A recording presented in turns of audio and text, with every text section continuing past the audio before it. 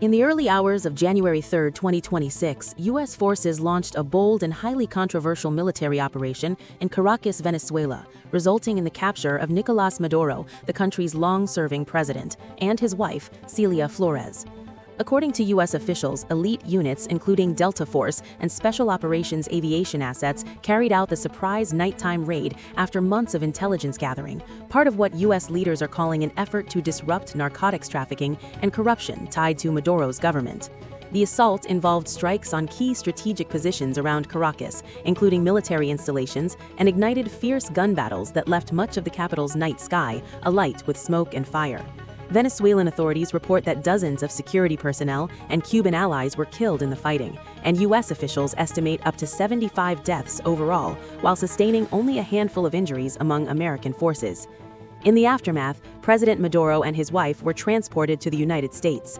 In a federal court in Manhattan, Maduro pleaded not guilty to narcotics and weapons charges, vehemently asserting that he had been kidnapped and remains the legitimate head of state.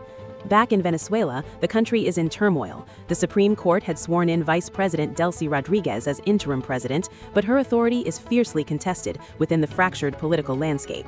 Armed paramilitary groups known as colectivos have been deployed in Caracas to suppress dissent, patrol streets, and institute checkpoints, deepening fear among residents. The Venezuelan government has declared a state of emergency, issuing decrees to detain anyone believed to have supported the U.S. action. Police are actively searching for collaborators, further escalating tensions between the state and civil society. The international response has been swift and polarized. At the United Nations and among world capitals, debates rage over the legality of the operation.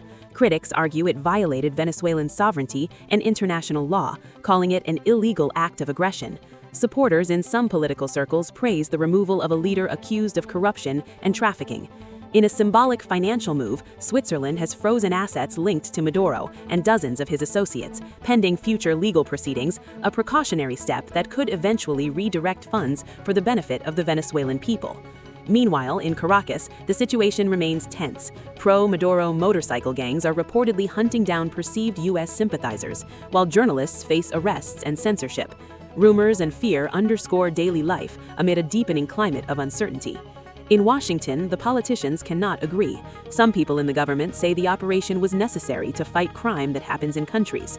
The Washington politicians say this because they think it is a way to stop transnational crime. On the hand, some lawyers and members of Congress are questioning the operation. They want to know if the administration in Washington did the thing. The lawyers and members of Congress think the administration might have done something it was not allowed to do. They think the administration should have gotten approval from Congress before doing the operation. The operation is a deal, and the politicians in Washington are talking about it. The politicians are talking about crime and what the administration did. This crisis is changing quickly, and the whole world is paying attention.